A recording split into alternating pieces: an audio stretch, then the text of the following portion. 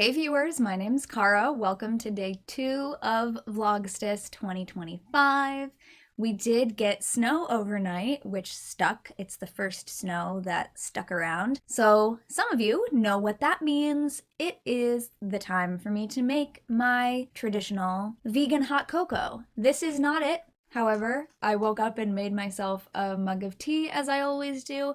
I wanted to start my day like in the normal way for me, so I didn't get out all the stuff to make cocoa because it is a little bit more involved. So I will be making my cocoa for myself later today and enjoying that off camera. But last year, the first Vlogstice video was about how I make my vegan hot cocoa, which is a tradition that I started, I don't know exactly how many years ago, but on the first snow that sticks, I make vegan hot cocoa. So that video is there from last year. I will link it. I linked the playlist for last year's Vlogstice in the end screen of the previous Vlogstice video here. So I will link that for you again, and it's the first video. V is for vegan cocoa, because last year I did all of the vlogs themed by something that starts with the same letter, going through all the letters of Vlogstice. This year we're not doing that. I have a little list of topic ideas that have been popping into my head. I've been writing them down just so I don't forget when the time comes, but I don't have all 10 of these videos like planned out. Today I have a number of things to do, so I'm recording this now earlier in the day, in the afternoon, and I'll edit it later tonight and get it up tomorrow morning. So I'm recording this on the 2nd, you'll see it on the 3rd, more or less, depending on your time zone, you know. And I sat down, looked at the list. The next thing that I had on the list is a witchy-based topic. And I also have another different witchy-based topic that is like the 4th thing on the list. Not that that has to be chronological, but I was looking at these two things and thinking, which one should I do? So I literally just pulled up a flip a coin, digital coin flip thing, you know, from online. I flipped it twice and I got the same result both times. So we are actually going to do the thing that is the 4th idea on my list, not the 2nd one. We're going to skip ahead. Firstly, my lips are dry, so we're going to do that. Hydrate interior and exterior of the body. It's very dry here because, of course, it's getting really cold and we're starting to have the heat on. But today's topics, and there are kind of a few in one, I want to talk about my personal practice, like specifically the process of how I've been figuring out a personal practice and kind of adjusting it as I go. I want to update you about how charm school went, because that was a thing that I did a while ago and never ended up doing any more updates about. I originally was going to do a whole separate video about that at some point, but I'll talk about that a little bit here. And then, sort of along with my personal practice, I want to talk about my personal self-study sort of process and the idea of creating a self-study curriculum, because that has become more of a trend recently. I've been noticing people talking about like creating a self-study curriculum, or a self-curriculum is what most people call it. I call it self-study curriculum. I don't know if I've always said the word curriculum, but I've definitely made videos on this channel before over years about how I set up my self-study. And I've noticed that it's become more of a trend now for people to talk about this, so I thought I would talk about it from my perspective too, and a little more about that for you. Some of you might be seeing this and have never seen those past videos where I've talked about it. So let's start with a little update about charm school, because I feel like that might be able to be kind of over and done, and then the other two, personal practice and self-study, are more related, so they're more likely to sort of blend those topics together. So what I'm going to do right now is pull up my blog on my other part of my monitor, because I did some blog posts about this charm school project that I was doing with my friend, and there's some videos that I did about it on this channel. So this was in 2023. My friend Stella and I were doing this project together where we were working through one of the Silver Raven Wolf books. Not the whole book, but we were working through something in one of the books. It was a list of things. Hello? Hey, leave that chair alone. Wow, they're both right here. Never mind. There are some lists in one of the books that are about like the tasks that one would need to complete if they were going to join the fictitious mist tradition. And then the author reveals at a later point in the book that all of those tasks are actually based on the actual elevation requirements for the tradition that they are part of. And growing up as a solitary practitioner, this was the kind of thing that I was always questioning for myself because I was doing self-study. I was self-taught, just figuring my way out on my own through books, websites, and other, eventually YouTube resources out there. I was constantly wondering, like, how to gauge really how far I had come in my practice and, like, what level would I be considered by other people, because I wasn't part of a coven, I wasn't part of a lineage degree system, I wasn't part of a tradition in that way that, like, tracks progress. So if you're not in kind of a formalized practice or tradition in paganism and witchcraft, it can be hard to know what you know and what you don't know yet, other than just like looking for another book on a thing. And that can be hard for a lot of reasons, but I've made many other videos about books, and I know I'll talk about books again in the future, so I won't go too far off that trail right now. But basically, this list of, like, here are things that we would expect people to do in our tradition was a fun challenge for me and my friend to do. So it was actually my friend's idea, and my friend has been part of a Gardnerian Wiccan coven before and, like, initiated lineaged situation, and I never have. And we're both connected to the Reclaiming tradition now, which does things very differently. So we thought it would be a fun thing to do together, to go through and see if we could do these things that are on the list for the first degree. And there's a couple of things that we did that I think are technically from the second degree list. The stuff in the early lists is like, and I did a blog post about this talking about what we were going to do for the project, so I'll link that in the description too. I'm actually referencing it on my other monitor. Some of the early tasks for the, like, first degree level were things like memorize 3 different circle castings and 3 different quarter calls. So, like, know multiple different versions of how to do these things. And that's something that Reclaiming approaches very differently. We do a lot of improvisational stuff, so both of us already know more than 3 ways to cast circle and call the elements, call the quarters, both and, or either or.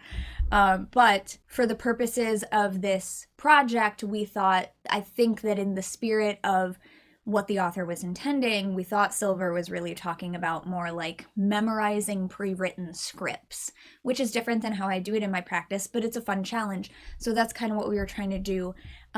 Be able to pass the testing of all your lessons, for which the author suggested using certain books and, like, being able to do the things from the book as your lessons. Because again, if you don't have a teacher to assign you specific lessons, this is kind of like what you do as a solitary. Meet a personal challenge designed especially for you, make a written record of your magical experiences throughout the year. But then in the later degrees, the tasks are less learn this thing and memorize it and be able to recite it, or be able to demonstrate this skill, be able to do this in a ritual in front of other people so that they know that you can do it. And it became more like there are things like have 100 hours of community service, have 100 hours of this, that, and the other. So it was more like having hours of experience in community leadership, service to your community in various ways. So we were doing the first list. And my first blog post about that was at the end of May 2023. We were starting it in June. My next update on my blog was in July during week 5, and I updated what I had done up to then. And then I did another update at week 12, which is when we originally planned to be done. We were trying to do this in 12 weeks over the summer. And the 6-week point in the middle was camp, that Stella and I would both be at camp together. So we planned to do a couple of things in person. That didn't end up happening, but then that was kind of our halfway point. So I did post a blog then about how much I had done, how much I technically hadn't done yet. So I do want to draw attention to the end of my last update, which was my week 12 update, where I wrote, really, this is doable in 12 weeks' time if you're actually able to focus and work on things in each of those weeks. I've had many weeks where I've done no work on this, and I just haven't been able to keep track of how much time is truly passing. I think, I didn't do much this week, and it's actually been 2 weeks or more. Yeah, so there have been some challenges that are definitely about me and my personal situation, how my brain works, the environment I'm currently in, and how many other things I have going on at the same time. But when I go back at the end and count up how many days I actually spent doing the work of those tasks, I'm sure it'll be less than 12 weeks. So I think the way I set this up was a decent plan, one that would also allow for integration time in between, if only I were able to stick to it week by week instead of spreading it farther out. But this is one of the challenges we modern witches and pagans face: how to make time for our chosen magical studies and spiritual development in the midst of everything else. The good thing is, there isn't actually any kind of schedule or deadline other than the ones we place upon ourselves for fun or for some structure where it can be helpful to learning. Besides, no one in the Mist tradition, or any tradition, but that's the name of the fictitious tradition in the books, is actually spending only 3 months on the work. Traditionally, these types of things take at least a year, so really we're doing pretty well. So yeah, that's kind of what I ended up feeling about it. Like, I do think that for somebody at the place in our practice that we are, for Stella and I, who have already been practicing for a long time and we have a pretty good grasp on things, I think that it would have been totally doable for us to do this in 12 weeks. However, we are both ADHD witches. We both had a lot of other stuff going on during that time and unexpected things that popped up. So no, we didn't get it done in 12 weeks, and we have not continued to do it in this like tag team duo sort of way. We're just both working on other stuff now. Anyway, of course I talked for longer about that than I thought I would, but I'm actually glad that I talked about that first because it rolls right into personal practice and self-study, because I talked about how that's a challenge to come up with ways to devote time to these things. So what I wanted to mention about my personal practice stuff is that over the past few years, I've really been trying to get a daily practice happening for myself. I've always talked about how I don't do anything daily, but I do a lot of things regularly, and that's still true. But I wanted to come up with something that could ground me in every day. So what I basically started, and that was also 2 years ago in 2023, was I started at least doing a card of the day pull, which I haven't done mine yet for today, so let's go ahead and do it. I have a little plastic photo frame that I put up a card in so that I can see it every day. And it's also like protected in case the cats knock it over. It doesn't get like messed up potentially. Right now I'm working with the Herb Crafter's Tarot, but before this I was using a different Oracle deck. So I switch up which deck I'm using, and I take breaks from this. I have not been doing a daily card pull for the past few months, and then I just recently started it up again. But this is the one thing that I kind of have made the base of a daily practice for me. And it's something that I often, when I started it 2 years ago, I was trying to do it as the first thing of the day. And I had it on my altar, which was in a place in the room that I would have to walk directly past it whenever I would get up and leave my room the first time. So that was my reminder to do it because it was right there. I could see it, and I would walk right by it all the time. So I used to have my card of the day pull up on the dresser over there, but as you can see, it's kind of covered in clutter, and that's partly to keep the cats from climbing on it. It obviously doesn't always work. You saw Nebula up there a bit ago. This is Gamora behind me, and Nebula's running around. Nebula loves to climb up there, so I've really put a lot of stuff over there and kind of blocked it off. So I don't use that space now as often as I wanted to, so I have moved the decks that I'm trying to use regularly to the desk so that when I am sitting here, they're right here. So I have a little side table thing to my left over here, and I have the deck sitting there, and then I have the photo frame up on top of that so I can see it when I'm sitting and working at the desk. Now, the danger with that for me is if I'm not working at the desk that day, if I'm taking a day off from sitting at the desk, I might forget that it's there because I'm not seeing it. So this is a neurodivergence accommodation thing that I have to have things where I will actually use them, and it helps me to have things visual. So anyway, let me go ahead and get my card of the day here, which I'm just asking for a card for the day, something to consider throughout the day. And I'm using this deck because I haven't worked with this deck as much yet, so I want to get to know it. And I've got the Hija of Earth, which is Linden, and I've got this card 3 times already in the past 2 weeks. I've been getting a lot of the Earth suit from this deck.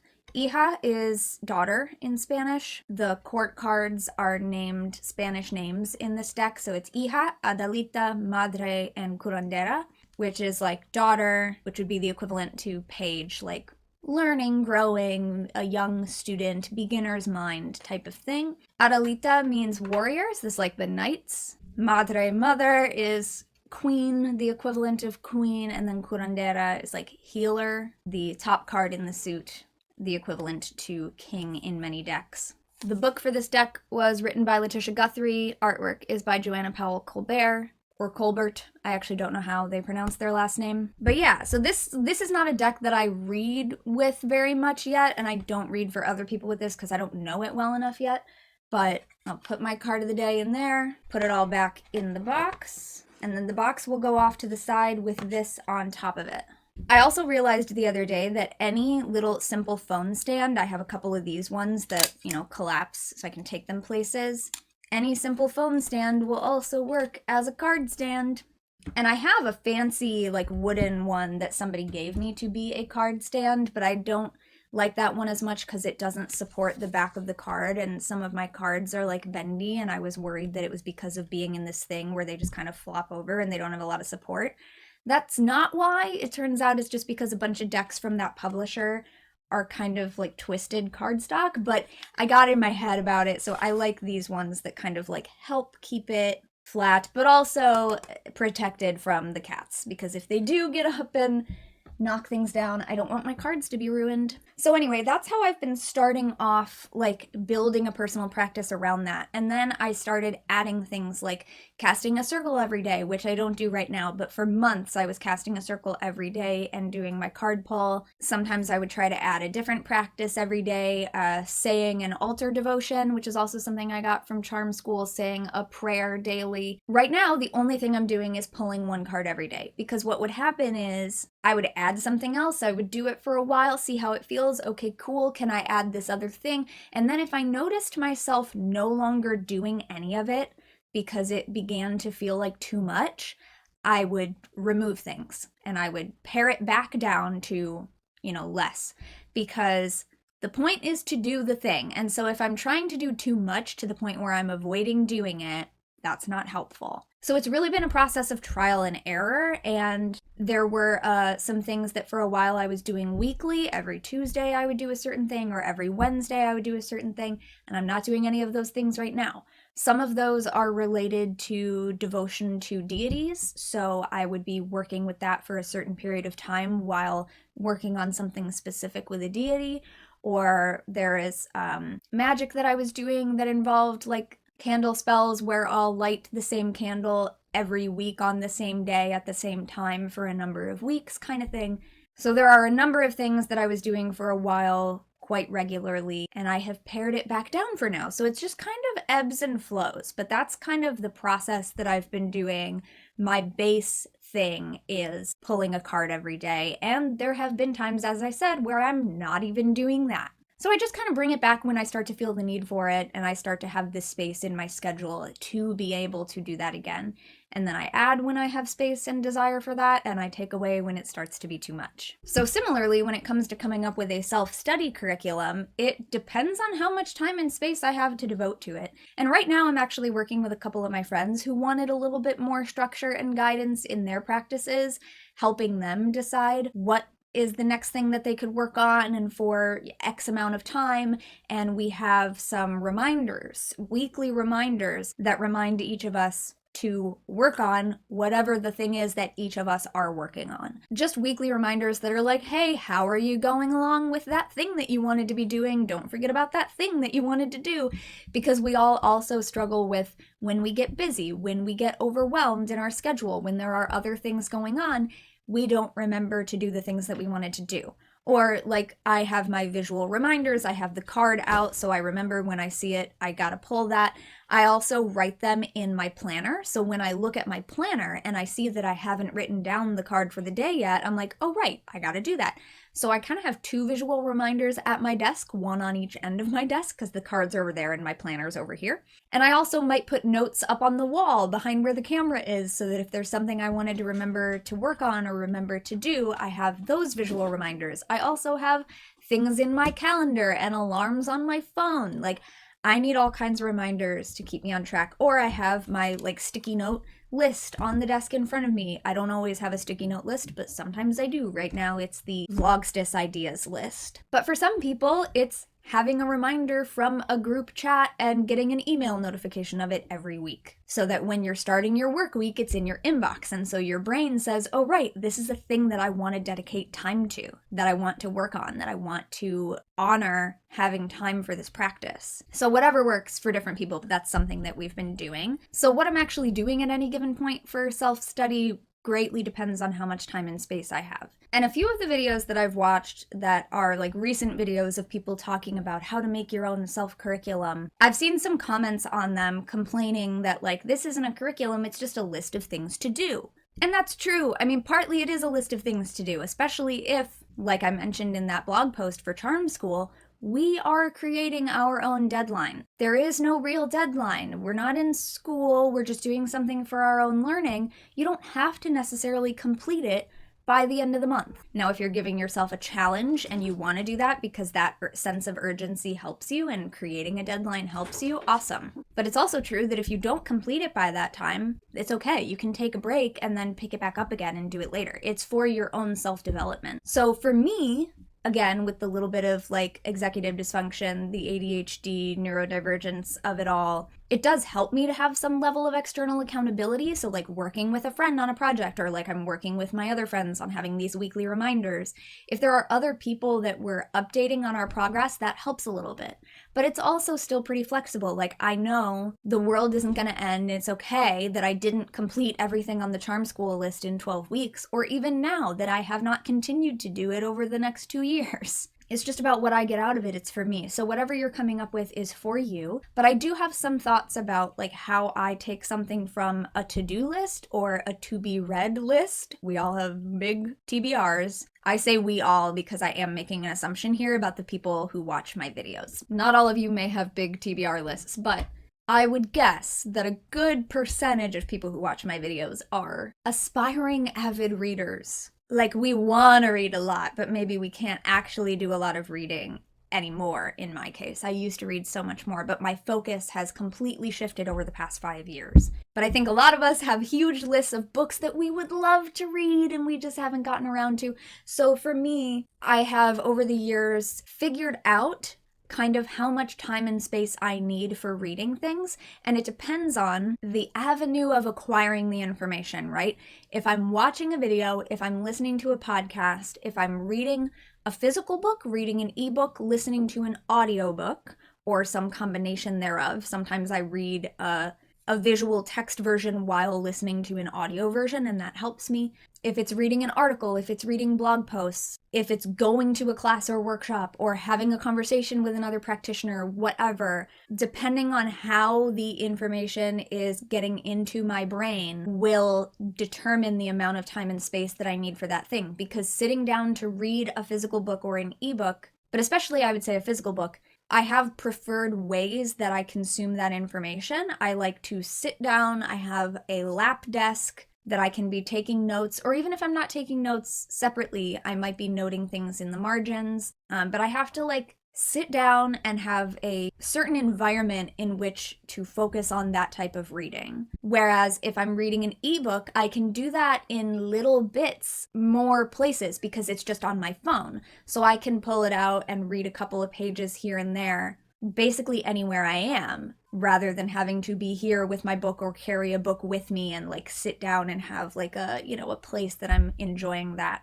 If I'm listening to an audiobook, I can do that more places, and I can also be doing something else while I do that. Like if I'm doing a crochet project and listening to an audiobook, or I'm listening to a bit of it before I fall asleep, or I'm listening to it in the morning as I'm waking up, or whatever. So depending on what I want to get through and when I would like to get it done, I try to look for those different methods so that I can do it faster. Like if I'm trying to read a physical book that I have and it's taking a long time, if I can find an audiobook version available so that I can listen to it while reading it and making notes, and I like pause it and take my notes and then hit play again kind of thing, that helps me focus on it a lot more, and I'm more likely to get it done sooner. It also helps me to just look up an audiobook that exists and see how long the audiobook is, because knowing how many hours it would take to listen to it helps me to estimate how much time it will take out of my life to actually sit and read that book on my own as well.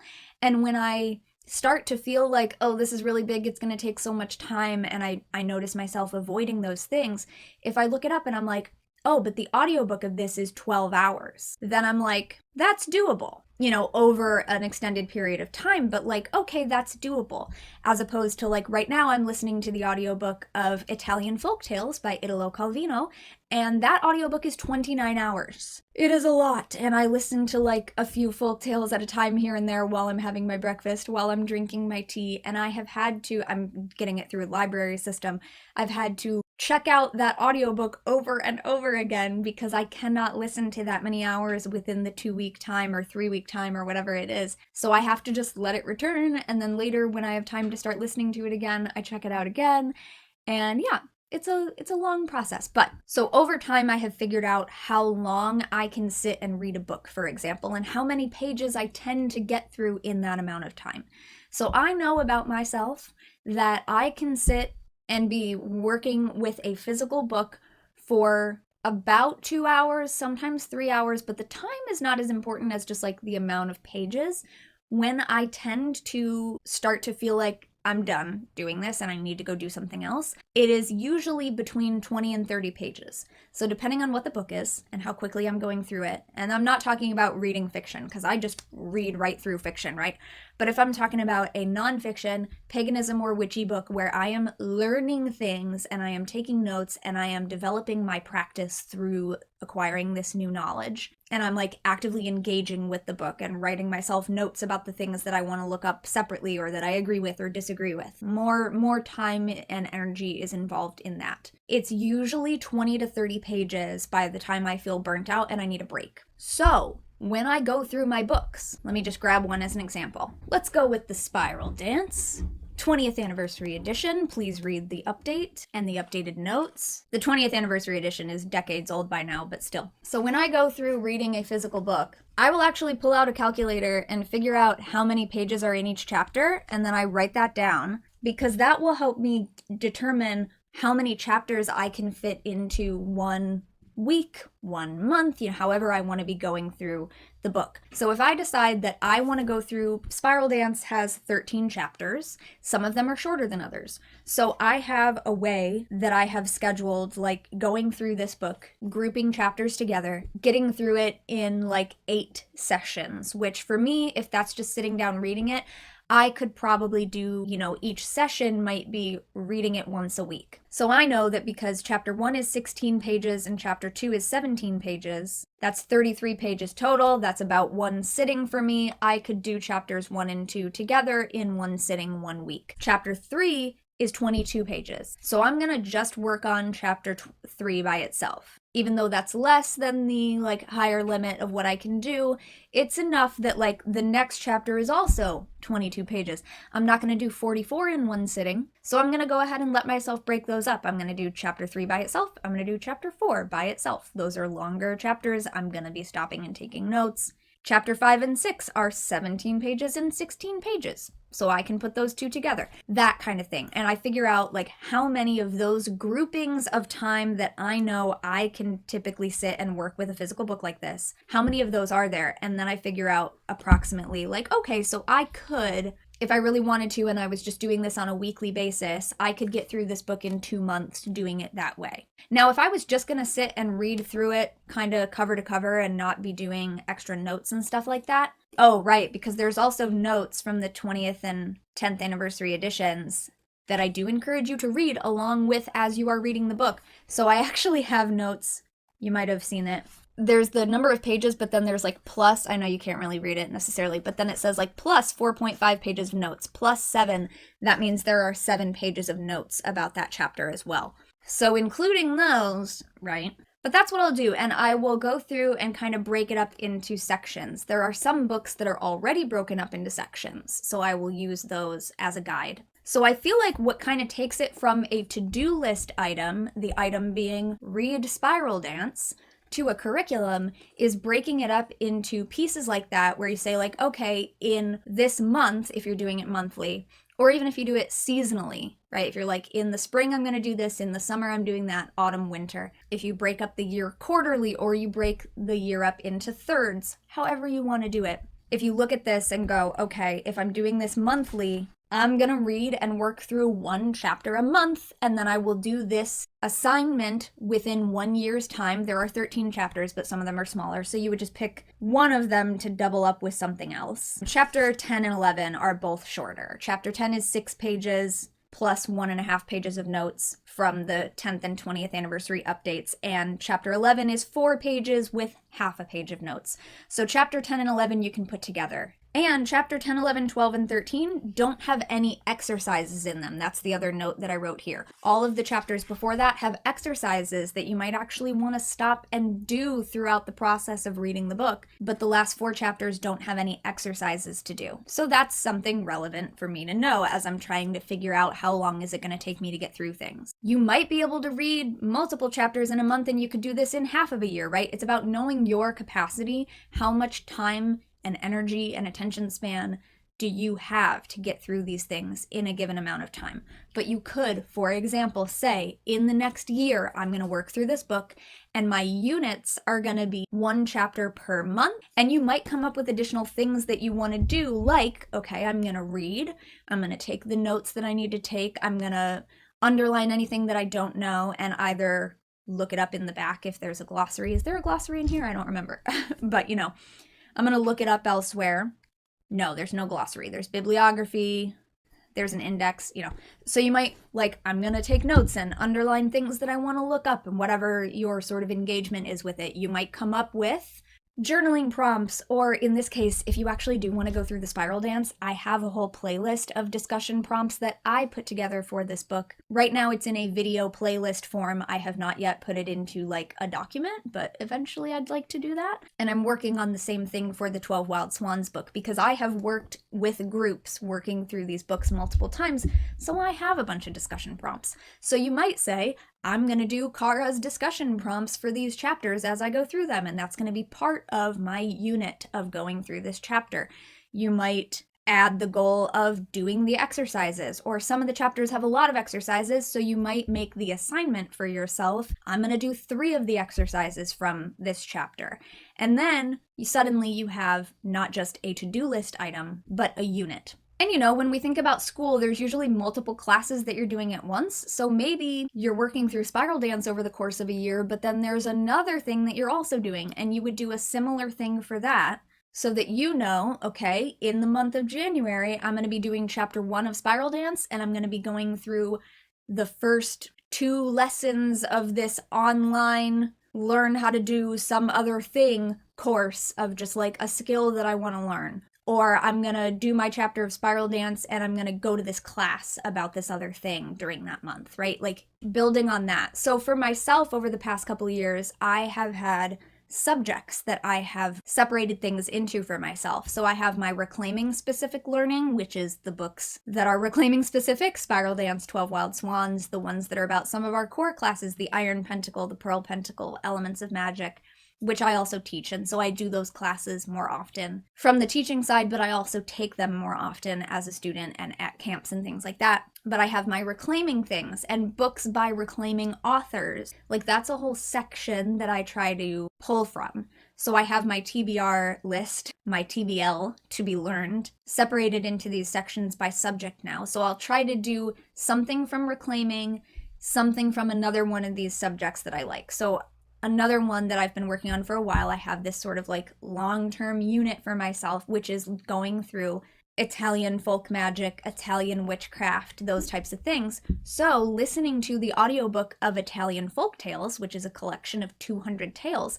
it's not a witchy book, but it is an Italian folklore thing. And so that is part of my Italian witchcraft / folklore unit for myself. And it's not something that I've just done for 1 year, right? In 1 year, I read 2 specific books about Italian witchcraft or folk magic. But then in the next year, I was like, I want to get more into folklore. So, hey, Gamora, everyone. So I went through and added a bunch of audiobooks and ebook novels and things like that that are set in Italy or about Italy or by Italian authors or that are Italian folk tale inspired. I added a bunch of those to my list. So when I'm going through, what do I want to work on for the next season? I might be like, I'm going to finally read this Reclaiming author's book, and I'm also going to listen to one of these novels. And when it's listening to a novel and that's only like 8 hours, sometimes I can do that in one day. If I've got like a quiet Sunday that I don't really have anything else to do, I can pop on that audiobook and I'll listen to that book throughout the course of that single day while I'm doing something else. So it's not always directly witchy stuff, but it's like deciding what the thing is that you want to work on and finding other resources that feed into that. Another thing that I've been doing is working on devotional relationships to deity. So I might look at, and I did do this the other year, I split my year seasonally by a specific deity that I wanted to deepen my relationship with, and I worked with them more in depth for that season. And I still had all my other deity relationships that I have, but I was more focused on one per each season and specifically working on figuring out what are my personal offerings to them gonna be? What are they gonna look like? What colors and scents and types of food and drink do they prefer? Trying to write poetry for them or write songs and chants for them, because some of them I had already done that for and others I hadn't. So I thought, well, I have these songs and chants to sing for this deity. It would be really nice if I had that for all of them. That is still an ongoing project for me. I have not checked all of those things off of my little to-do list that forms the unit of how I want to work with that deity, right? So it is partly to-do lists, but it's kind of how do you structure those to-do lists and how are they coming together to create a series of learning about a thing for yourself. And this can be something that you do with anything. Like if your goal is to learn crocheting, you might be picking up a book about crochet stitches, you might be buying a little crochet kit from the store to work on and follow those instructions, you might be watching videos of people talking about crochet, you might find something about the history of crochet, whatever. Or if it's a witchcraft, pagan practice type thing, it might involve research about the thing, but also time for doing the thing and practicing those skills and journaling about it or recording your progress in some way, whether you speak into a voice recorder or paint a picture about it, or do more like traditional journaling, whether that's writing it by hand or typing it, or doing a voice dictation sort of thing where you can speak it out loud and then it types it out for you. I do recommend keeping some kind of record so that you can look back at your progress, so that when you have those moments where you're like, oh, I haven't really done anything, I'm still not where I want to be, you can look back and see, okay, but a year ago I was here, and now I'm over here. So yeah, I'm not all the way there yet, but I have made progress. So anyway, I can probably do a more structured video specifically about that as well. This was just very off the cuff, casual vlog. If we were sitting here and you asked me how I do it, that's exactly how I just would have explained it. So I could do a different video sometime with more planning and like graphics and details to show you stuff. If you want, let me know. I'll put that on my list for sometime in the future, months from now. It will not be during Vlogstice, probably. But yeah, that's a little bit about how I've been trying to build out my personal practice, daily practice, regular practice, how I go about approaching, how I break things down for myself, for my self-study, and a little bit about what the hell happened with charm school. So thank you very much for watching and or listening to this video. I will see you in a couple of days for Vlogstice number 3. Until then, don't forget to be awesome, blessed be, and goodbye for now. Happy Vlogstice!